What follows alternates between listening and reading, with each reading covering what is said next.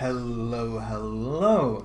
As promised, since I was featuring the NASA just recently, I'm also featuring the Russian DDs. Starting off with the Derzki here, the tier 3 one. Now, the Derzki is a bit of a special DD. I think this one is still stock. I think the upgraded one doesn't have 10k HP. I think it does. Doesn't really matter because the Derzki is weird in a way that almost all its power comes from the torpedoes. It doesn't have the defining characteristics that many higher tier Russian DDs have, which is significant gun power, significant speed, the things that really make them stand out. In fact, what it has instead is an absolutely ridiculous amount of short-range torpedoes. Now they're short-range, they're not very fast, and they don't deal a lot of damage, but you have such an insane abundance of them, and the cooldown on them is so short that you can pretty much crush anyone in close combat or in close range. Now, first thing I do, rush into the cap and use the island as cover. This is something that you actually use on higher tier Russian DDs as well. If you find capture points that you can contest, if there's cover, you usually should. Because in order to dislodge you from the position, they have to sail around the land cover in order to reach you, which makes it a very strong position. For example, where I am right now, well, I smoke up to fight this enemy DD, deal with him. You only have 3 guns, so you don't really get to experience the full gun power until you get to like the Izyaslav, where you actually start having some serious Russian gun power. But before this, this is the most you have, which is pretty pitiful, to be honest. It takes a long time to kill anything with these guns. The dispersion isn't very good, the rate of fire isn't very good. There's not many things that are very good about this, but we do eventually get the job done. Now, this position, this is a pretty optimal position for any sort of torpedo spamming boat. The reason is, of course, that one, I'm capturing the point and I'm defending the point as well, and the only way to really get to me is to go through one of the gaps between the islands in order to actually reach me. And of course, those are both death traps for any enemy ships because of all the torpedoes I can unleash. So any sort of position where you can use terrain to your advantage, you should, especially in any. This applies to any torpedo boats, not just the Derzki, even though the Derzki is especially suited for this. However, it looks like the Tenri, as soon as he spotted me, he just started reversing. He has no interest in taking any part in fighting me. Yeah, he's straight up bailing from there, and the Bogatyr is also straight up bailing.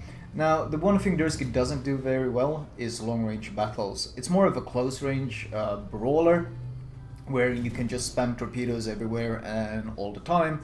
And this kind of usually this kind of situation would be especially good for the normal Russian DD. But the Derzki, as I said, is kind of the odd duck, where the long-range gun power is rather weak. The fire chance is okayish for this tier. I mean, I'm getting some fire started, but considering how few shells you launch and how long the reload is and all these issues, you're never going to be much of a HE spammer or fire starter in general. That guy should burn to death though, because that fire, well, I think he used his repair earlier, so that fire should burn him to death. So I'm just going to abandon him, and I'm going to see what's going on up here in the north. We have already lost 2 ships up here in the north, and it looks like they are pushing through quite hard, which is of course exactly what I want to see in the Derzki. You want to be this kind of situation where someone's sailing towards you and you're sailing towards them is optimal, because when you get detected, they have very little time to like react and notice you. And even if they do, like at this point starting to turn and evade, it's pretty much too late. So if you're gonna YOLO someone who's sailing straight towards you.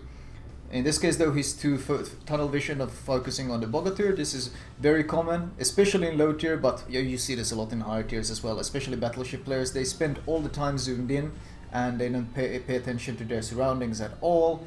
And as you can see, this ridiculous amount of torps I can throw out. I threw some at him, some at the Samson. And you might be thinking, oh no, he missed them, but it doesn't matter because the torpedo reload is so fast that I got them up again by the time he's passing me. So this kind of close range brawling type of fight is where you're an absolute beast. Samson tries to take me on. I throw, what, 6 torps his way, a few gun shells as I turn in, and my torps should take him out at this point. And this kind of thing is, the Derzki is a nightmare for enemies to engage in close combat, which of course means that you want to engage them in close combat, whereas they of course want to keep you at range. So in order to close these distances, you'll see me use a lot of terrain. Every time I engage someone, I always have terrain ahead of me, so if they start focusing me, I can duck into cover and duck into terrain somewhere. This Novik was sailing this way. I hope he keeps sailing. I'm gonna throw some torps that way in the hopes that he does continue going this way. And I actually kind of want to YOLO the Kavachi. As I said in my Nassau commentary, these low tier YOLO rushes are insanely powerful and can really crush any battleship very, very hard.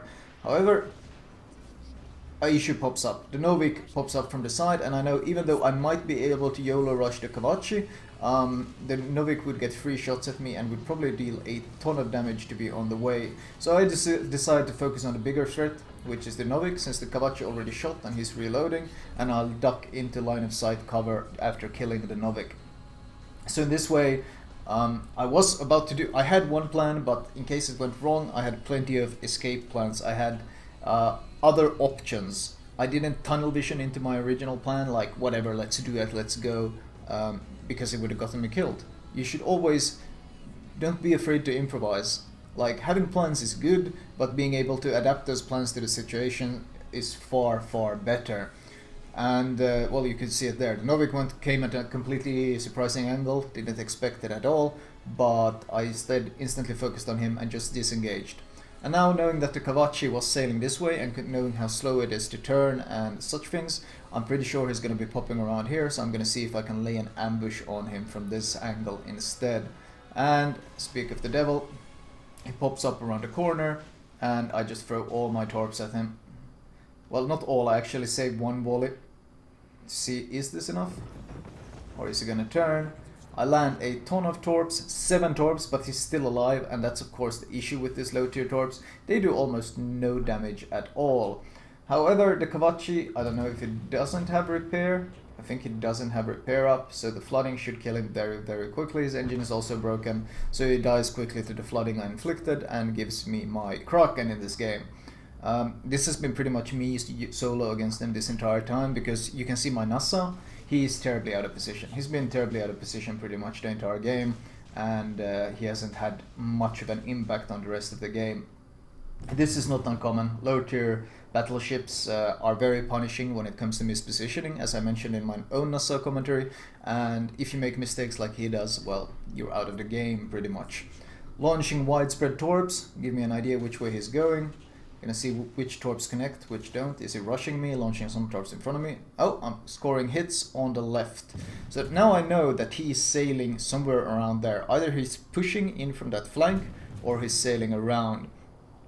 My shells hit nothing but empty air. Launching some preliminary torps that way. Once again, this is something you can do with the Derzki. You can use torps as scouting tools. And let's see.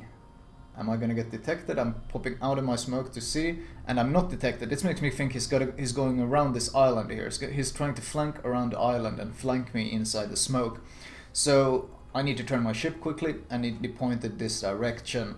And if you look at the minimap, you can actually see very soon that he starts capping. So that confirms my original thought, but I had already launched the torps before he started capping because I anticipated this move. And because my anticipation was so good and my preliminary torps were so, well, pretty much in this case, perfect, by the time he comes sailing around the corner, he's sailing right into all of my torps, and he quickly gets dealt with. So when it comes to playing the Derzki, you obviously want to focus on the close combat fights. You want to take it to brawls at all costs. No long range battles. Use the terrain. Always use the terrain. If it looks like you have to sail through open sea to get to someone, or someone is sailing away from you and you have to chase them in the open sea, just abort. It's not worth it. Like I did with the Tenerife and the Bogatyr down in the south. They were sailing away from me. There was no cover. Why should I waste my time with them when I could go north and have a much better game? So the game ended. Got a bunch of rewards, achievements. Well, it is seal clubbing. And once again, a glorious pink color. And you can see, of course, the Nassau. It's a shame, but this happens very often in low tiers. Battleships don't understand just how limited they are in mobility and just how important their positioning is. So they kind of end up having games like these. And they often blame the ship, which really isn't the correct decision. But it is a harsh lesson, but it is a lesson worth learning. The Derzki, however, is one of the best seal clubbers out there. As you could see in this game, it just crushes people who don't know how to deal with torps properly yet. Looking at the damage dealt, not really much to it. 70 torps launched, 18 hits. The majority of the damage is from torps, which is very atypical for DDs, but very common for the Derzki itself. Anyway, let's move on to the recommended captain build. Right, starting off, I've already unlocked the Gnevny, so let's jump back to the Derzki. On the Derzki, you want to get the hull upgrade first and get the range upgrade second. As you could tell, I actually had a completely stock ship in my commentary. I did remember correctly, but the stock ship doesn't impact you much. And just move on to the Izoaslav as soon as you can. Consumable wise, premium repair and premium smoke is pretty damn nice. Speed boost isn't that important, but if you don't run premium smoke, you are you are very limited to how much smoke you can actually utilize. Captain perks wise, you want preventive maintenance as the first one. Follow it up with last stand, which is an absolute must-have for all DDs. And survivability expert is one of the safest tier 3 perks to get. There's plenty others you can take. Ignore priority target, that's just because I used the Kutuzov to retrain this captain. But survivability expert is a pretty safe perk to take. There are plenty of options you can do, but ultimately you want to get AFT, advanced firing training, as quickly as possible, because you're going to be using it regardless what build you use. You're always going to want AFT on your Russian DDs, so try to work towards AFT working towards AFT is your primary goal. Once you have AFT, then you can start looking at the tier 3 perks with a more of a critical eye, and you can start getting other things, like you can start working towards my Kaba build, which involves, I think, Demolition Expert, Basic Firing Training, Superintendent, or you can modify it yourself, you can add in Vigilance if you have issues with torps and such things. But ultimately, this is a very, very solid build to start off with. Preventive Maintenance, Last Stand, Survivability Expert, and AFT. Anyway, that was my short Derzki commentary. I hope you guys enjoyed it.